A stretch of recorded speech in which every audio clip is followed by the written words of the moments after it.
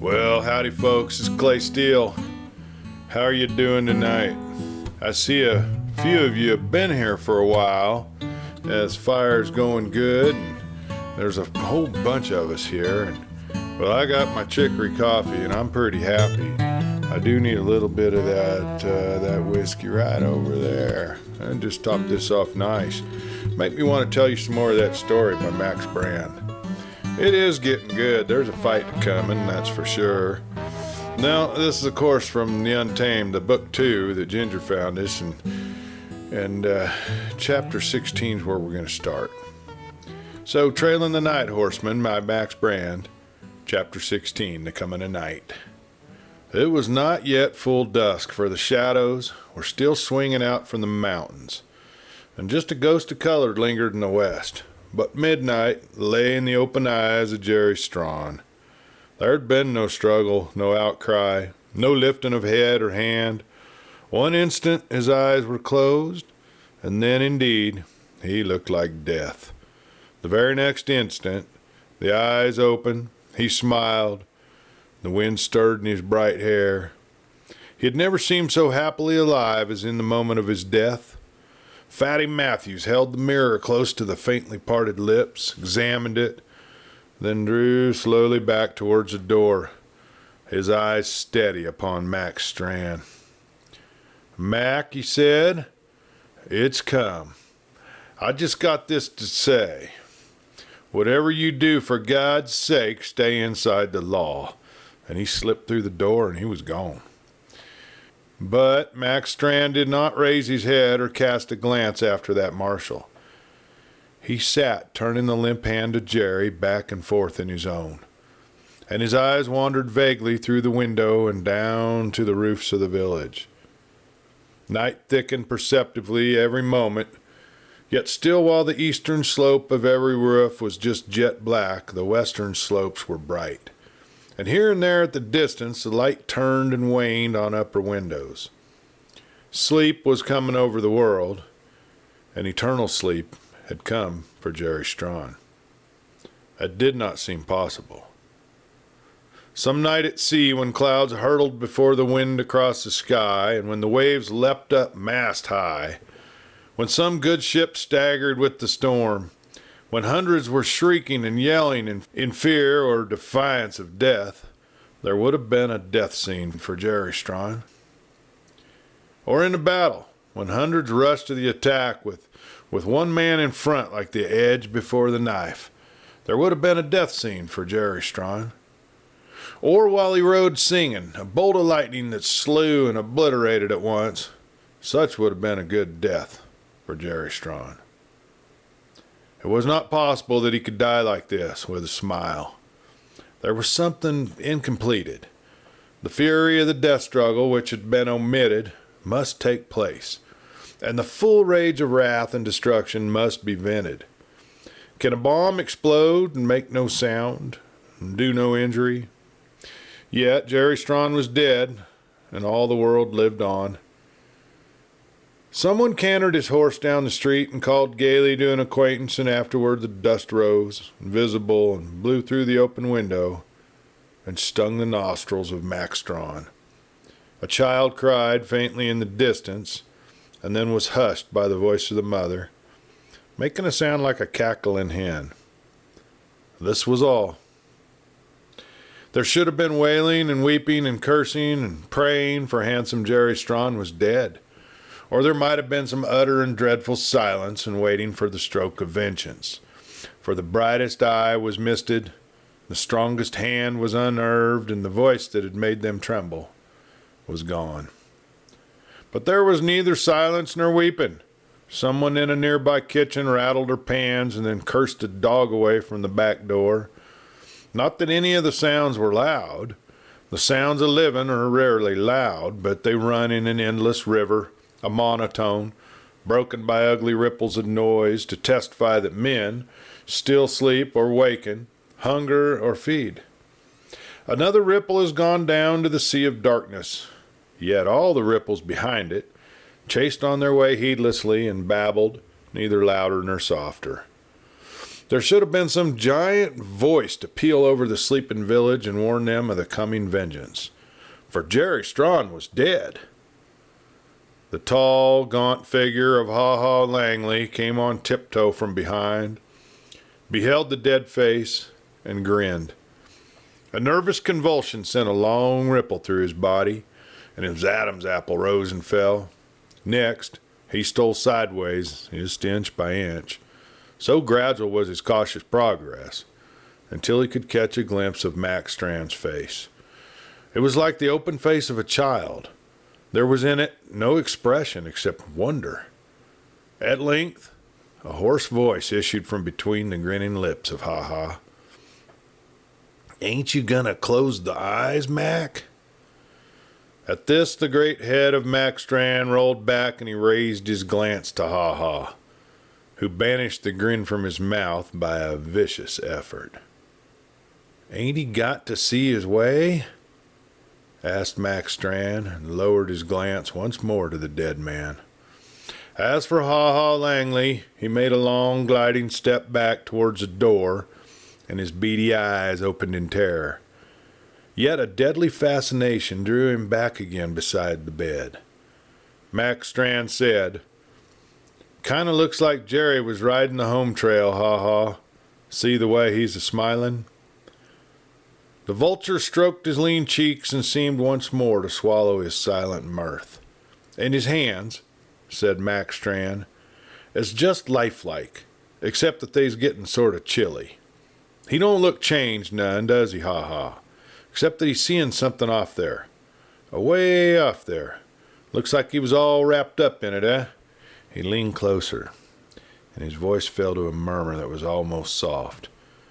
"Jerry, what you seeing?" Ha-Ha Langley gasped in audible terror and retreated back towards the door. Mac Strand laid his giant hand on the shoulder of Jerry. He asked in a raised voice, "Don't you hear me, lad?" Sudden terror caught a hold of him. He plunged to his knees beside the bed, and the floor quaked and groaned under the shock. "Jerry, what's the matter? Are you mad at me? Ain't you gonna speak to me? Are you forgetting me, Jerry?"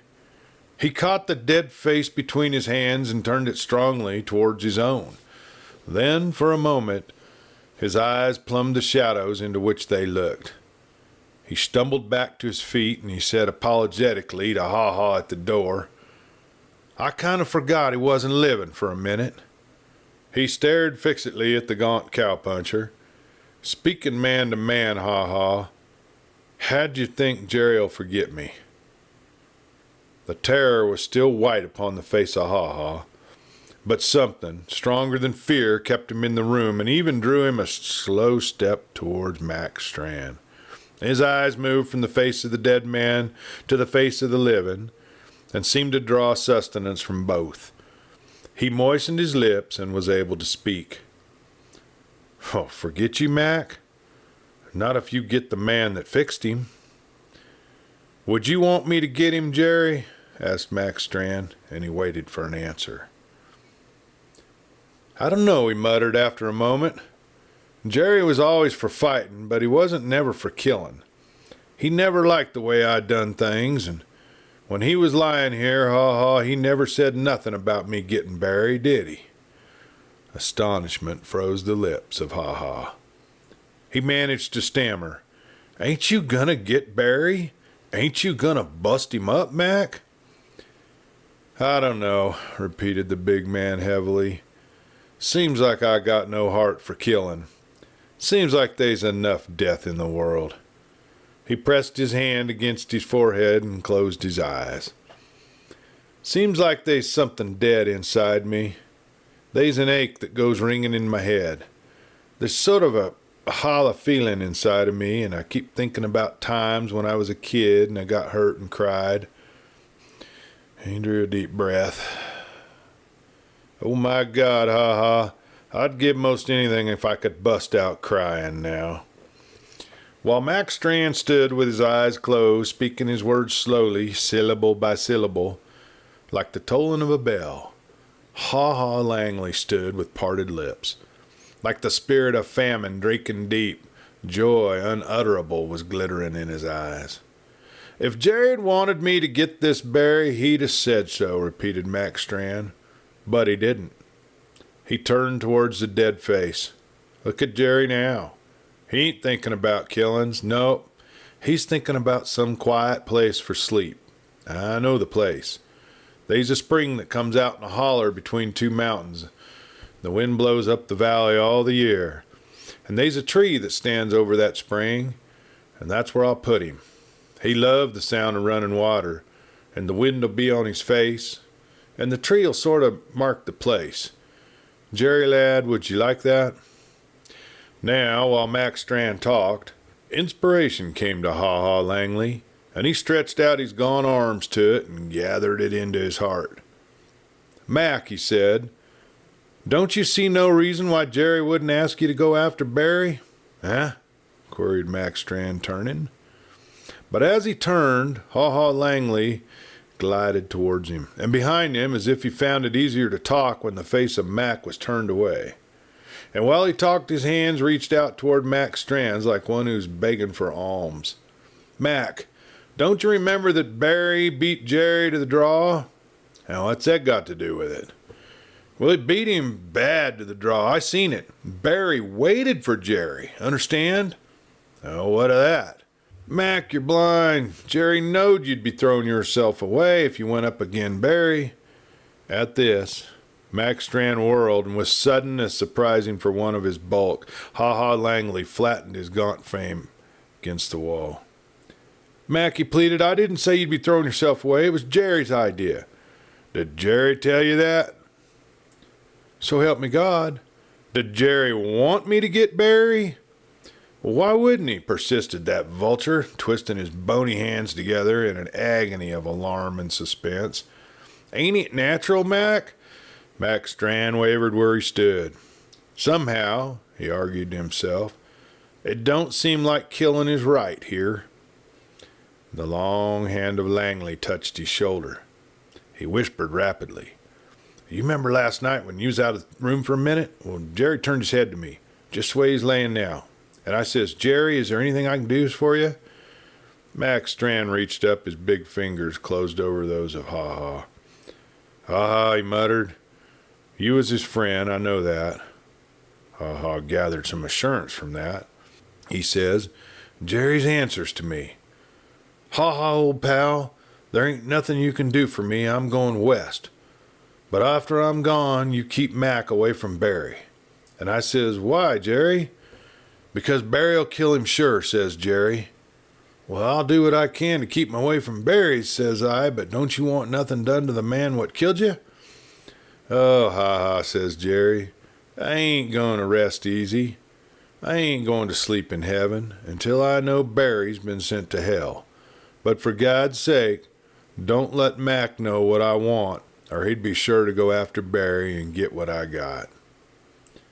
Mac Strand crushed the hand of Hee Haw in a terrible grip. "Partner," he said, "do you swear this is straight?" "So help me God," repeated the perjurer. "Then," said Mac Strand, "I got to leave the burying to other men what I'll hire, me. I got business on hand. Where did this Barry run to?" "He ain't run," cried Ha Ha, choking with strange emotion. "The fool, the damned fool, is waiting right down here in O'Brien's bar for you to come. He's daring you to come." Mac Strand made no answer. He cast a single glance at the peaceful face of Jerry, then he started for the door. Now Ha Ha waited until the door was closed. Then he wound his arms about his body, just writhing in an ecstasy of silent laughter, and followed with long shambling strides. Chapter 17. Buck Makes His Getaway. Straight from the room of the dead man, Fatty Matthews had hurried down to the bar. There he stepped into the silence and found the battery of eyes all turned upon that calm figure at the end of the room. Upon this man he trotted, breathing hard, and his fat sides jostled up and down as he ran. According to Brownsville, there was only two things that could make Fatty run: a gun, or the sight of a drink. But all maxims there. When he reached Barry, he struck him on the shoulder with a heavy hand. That is, he struck at the shoulder, but as if the shadow of the fallen hand carried a warning before it. At the same time that it dropped, Barry swerved around in his chair. Not a hurried movement, but in some mysterious manner his shoulder was just not in the way of that plump fist. It struck, instead, upon the back of the chair, and the marshal cursed bitterly. "Stranger," he said hotly, "I got one thing to say. Jerry Strawn has just died upstairs. In just 10 seconds, Mac Strand will be down here looking for you." He stepped back, humming desperately to cover his wheezing. But Barry continued to braid the horsehair with his deft fingers. "I got a double knot that's kind of new," he says. "You want to watch me tie it?" The deputy sheriff turned on the crowd. "Boys," he exclaimed, raising his arms, "he's crazy. You heard what he said. You know I've given him fair warning. If we got to dig his grave in Brownsville, is it my fault? It ain't." He stepped to the bar and pounded upon it. "O'Brien, for God's sake, a drink." It was a welcome suggestion to the entire nervous crowd. But while the glasses spun across the bar, Buck Daniels walked slowly down the length of the barroom towards Barry. His face was a study which few men could have solved, unless there had been someone present who had seen a man walk to his execution. Beside Dan Barry, he stopped and watched the agile hands at work. There was a change in the position of Barry now, for he had taken the chair facing the door and the entire crowd. Buck Daniels stood opposite. The horsehair plied back and forth, and Daniels noted the hands lean and tapering like the fingers of a girl of 16. They were perfectly steady. They were the hands of one who had struggled in life with no greater foe than the uni. "Dan," said Buck. There was a quiver of excitement in his voice, like the tremor of a piano string long after it's been struck. "Dan, I've been thinking about something, and now I'm ready to tell you what it is." Barry looked up in slow surprise. Now the face of Buck Daniels held what men have called a deadly pallor, that pallor which comes over one who is cornered and just about to fight for his life. He leaned closer, resting one hand upon the edge of the table, so that his face was close to Dan Barry's. "Barry," he said, "I'm asking you for the last time. Will you get your hoss and ride back to Cape Cumberland with me?" Dan Barry smiled his gentle, unapologetic smile. "I don't no ways see how I can, Buck." "Then," said Buck through his teeth, "of all the lion hounds in the world, you're the lionest and meanest and lowest, which they ain't words to tell you what I think of you. Take this instead." And the hand which rested on the table darted up and smote Dan Barry on the cheek, a tingling blow. With the same motion which started his hand for the blow, Buck Daniels turned on his heel and stepped a pace or two towards the center of the room. There was not a man in the room who had not heard the last words of Buck Daniels, and not a man who had not seen the blow. Every one of them had seen or heard, accurately described, how the slender stranger beat Jerry Strawn to the draw and shot him down in that very same place. Such a moan came from them as when many men catch their breath with pain, and with a simultaneous movement, those who were in line with Buck Daniels and Barry leaped back against the bar on one side and against the wall on the other. Their eyes, fascinated, held on the face of Barry, and they saw the pale outline which the fingers of Daniels had left on the cheek of the other. But if horror was the first thing they felt, amazement was the next. For Dan Barry sat bolt erect in his chair, staring in an astonishment too great for words. His right hand hung poised and moveless just above the butt of his gun. His whole posture was that of one in the middle of an action, suspended there, frozen to stone. They waited for that poised hand to drop, for the slender fingers to clutch the butt of the gun, for the convulsive jerk that would bring out the gleaming barrel, the explosion, the spurt of smoke, and Buck Daniels lurching forward to his face on the floor. But that hand did not move, and Buck Daniels, Standing there with his back to the suspended death behind him, he drew out a Durham and brown papers without haste, rolled a cigarette, and reached to a hip pocket. At that move, Dan Barry started. His hand darted down and fastened on his gun, and he leaned forward in his chair with the yellow glimmering light flaring up in his eyes.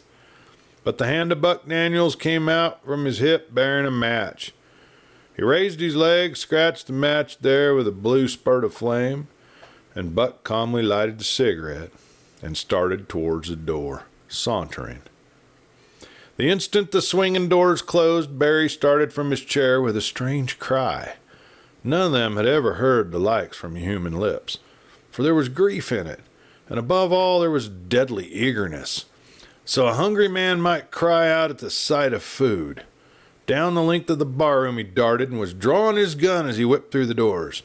A common rush followed him, and those who reached the open first saw Buck Daniels leaning far forward in the saddle and spurring desperately into the gloom of the night. Instantly he was only a twinkling figure in the shadows, and the beat of the hoofs rattled back at him. Dan Barry stood with his gun poised high for a second or more. Then he turned, dropped the gun into the holster, and with the same strange, unearthly cry of eagerness, he raced off in the directions of the barns. There were some who followed him even then, and this is what they reported to the incredulous ears when they returned. Barry ran straight for the left-hand corral and wrenched at the gate, which appeared to be secured by a lock and chain. Seeing that it would not give way, he ran around to the barn and came out carrying a saddle and a bridle. These he tossed high over the fence into the corral. Then he picked up a loose scantling and with it pried and wrenched off the top bar of the fence in one section and vaulted into the enclosure. The black stallion had whinnied once or twice during this time, and the great black shaggy dog had come snarling and whining about the feet of his master. Now the stranger tossed on the saddle and cinched it with amazing speed, sprang up onto his mount, and urged it across the other side of the corral. Now up to that moment, no one in that little crowd of watchers had suspected the intention of the rider. For the fence, even after the removal of the top bar, was nearly 6 feet in height. But when Barry took his horse to the far side of the corral, then swung him about facing that derailed section, it became plain that he meant to jump at that place. Now even then, as O'Brien explained later, and many a time, the thing was so impossible that he just could not believe his eyes. There was a dreamlike element to the whole event, and like a phantom in a vision, he saw the black horse start into a sharp gallop, saw the great dog sail across the fence first, saw the horse and rider shoot into the air against the stars, heard the click of hooves against the top rail, heard the thud of hooves on the near side of the fence, and then the horseman flashed about the corner of the barn, and in an instant his hooves were beating a far distant tattoo.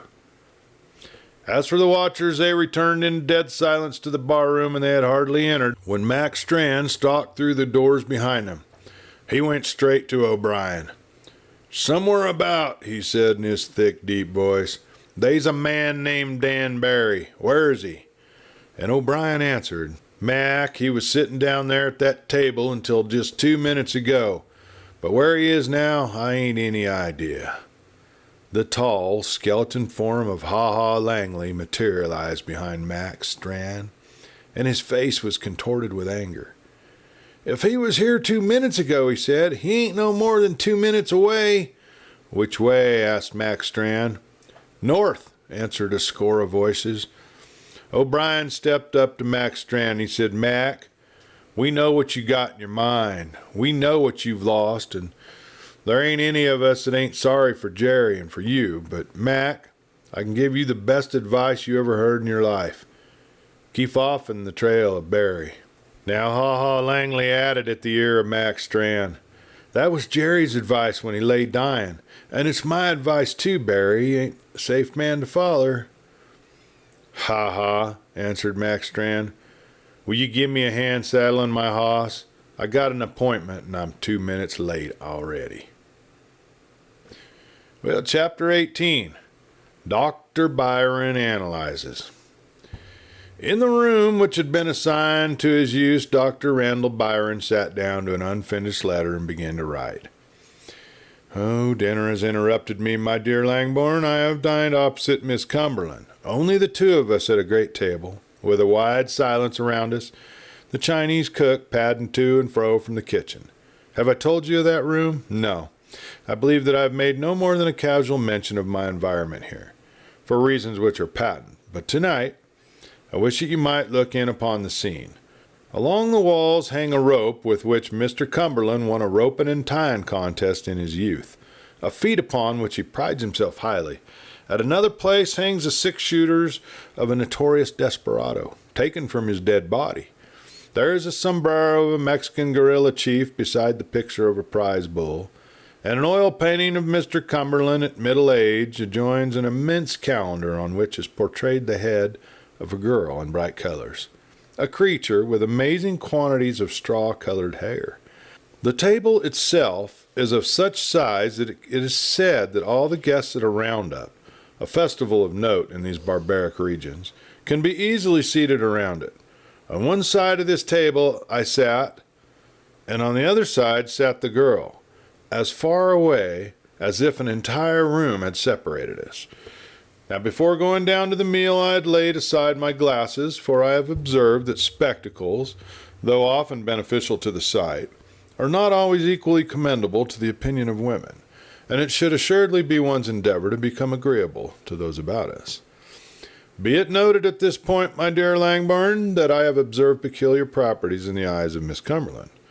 Those of all other humans and animals that have fallen under my observance were remarkable only for their use in seeing, whereas the eyes of Miss Cumberland seem peculiarly designed to be seen.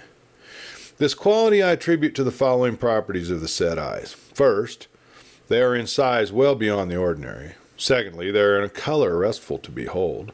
It is indeed the color of the deep blue evening sky into which one may stare for an incalculable distance. And as I have said then, I noted a glow in these eyes, though they were so immediately lowered that I could not be sure.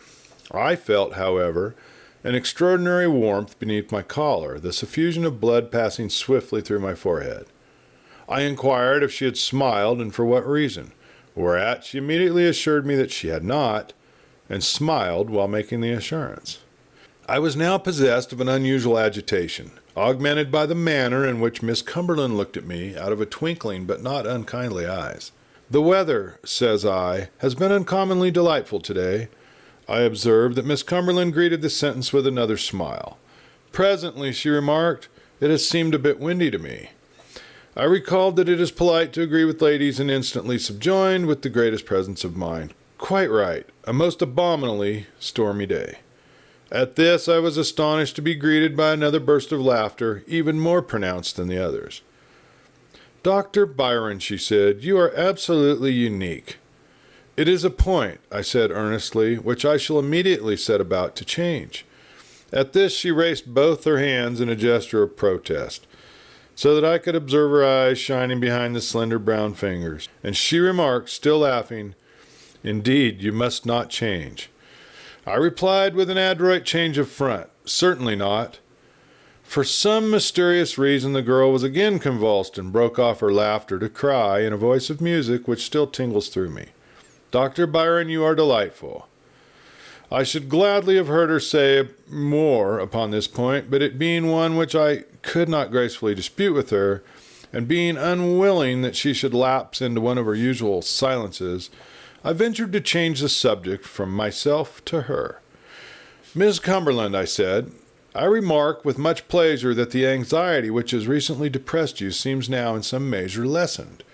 I presume Mr. Daniels will be successful in his journey, though that the return of Mr. Daniels accompanied by Mr. Barry can accomplish is, I confess, beyond my computation. Yet you are happier in the prospect of Mr. Barry's return?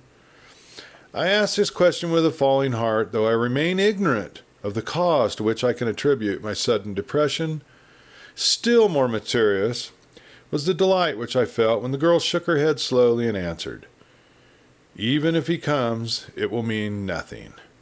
I said, then let us intercept him and send him back. She cried out as if I had heard her, "No, no, no," and twisted her fingers together in pain. She added at once, "What of poor Dad?" "Your father," I confessed, had for the moment slipped my mind. It seems to me, however, that it is not wholly on her father's account that she was grieved. She wished Mr. Barry to return, and yet she dreaded his coming. It was the most mysterious. However, I had started Miss Cumberland to thinking. She stopped eating and began to stare before her. Presently she said, "It is strange that we don't hear from Buck. What can have held him so long?" I regretted extremely that I had introduced the topic and cast about in my mind for another, but could not find one. I then expressed regret that I had revived her worries, but received in reply a smile in which there was no life. The very color had died out from her cheeks, and she sat during the rest of the meal without speaking a word. Afterwards I went in with her to seek Mr. Cumberland. His condition was not materially changed. The marvel of it grows upon me more and more. It is a freak which defies medical science. There lies a man at the point of dissolution. His body has died of old age, and yet the life principle remains. He does not eat, at least the nourishment he takes is wholly negligible, but he still has energy, to be sure. He rarely moves about, and his body remains practically inert.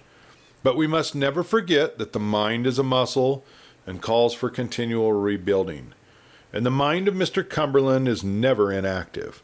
It works ceaselessly. It will not permit him to sleep. For 3 days now, as far as I can tell, he has not closed his eyes. It might be assumed that he is in a state of trance, but by the series of careful experiments I have ascertained that he is constantly thinking in the most vigorous fashion. What does it mean? There is the man of flame-like quality. Something is burning in him every instant. But on what does this flame feed? I know that material cannot be created and that energy means dissolution of matter, but why does not the life of Joseph Cumberland dissolve? The subject possesses me. I dare not ponder it too steadily, or my brain begins to whirl. I make no progress towards any reasonable solution. I only feel that I am living in the presence of an astounding mystery. Strange thoughts possess me. What is the fire that burns but that does not consume Joe Cumberland? What is the thing in the wandering Dan Barry which Kate Cumberland fears and yet waits for? Why was it that Daniels trembled with dread when he started out to find a man who, by his own profession, he holds to be his best friend? You see how this mystery assumes shape? It is before me. It is in my hand, and yet I cannot grasp it. The story of a man, a horse, and a dog. What is the story? Today I wandered about the great corrals and came to one which was bounded by a fence of extraordinary height. It was a small corral, but all the posts were of great size, and the rails were as large as ordinary posts. I inquired what strange beasts could be kept in such a pen, and the man of all work of whom I asked simply replied, "That's Satan's corral." I guessed at some odd story. "The devil?" I cried. "Do they fence the devil in a corral?" Said the fellow. "He's the devil right enough. If we'd let him run with the other horses, he'd have cut 'em to ribbons. That's what kind of devil he is." A story of a man, a horse, and a dog. I think I've seen the great chain which bound the dog. Was that the place where they kept the horse? And if so, what bonds are used for the man? And what sort of man can he be? One of gigantic size, no doubt, to match his horse and his dog. A fierce and intractable nature, for otherwise Kate Cumberland could not dread him. And yet a man of singular values, for all this place seems to wait for his return. I catch the fire of expectancy. It eats into my flesh. Dreams haunt me night and day. What will be the end? Now I am going down to see Mr. Cumberland again. I know what I shall see. The flickering of the fire behind his eyes, the lightning glances at the gentle, rare voice, the wasted face, and by him will be Kate Cumberland, and they both will seem to be listening. Listening for what? No more tonight, but Longbourn, you should be here. I feel that the like of this has never been upon this earth. Yours, Byron. Well, okay, I don't know what's going to happen next, folks, but we're in it for the long haul, so we'll just have to wait and see. And until the next time I see the rest of you, those that are leaving, it's important to be good, folks. This is Clay Steele. Good night.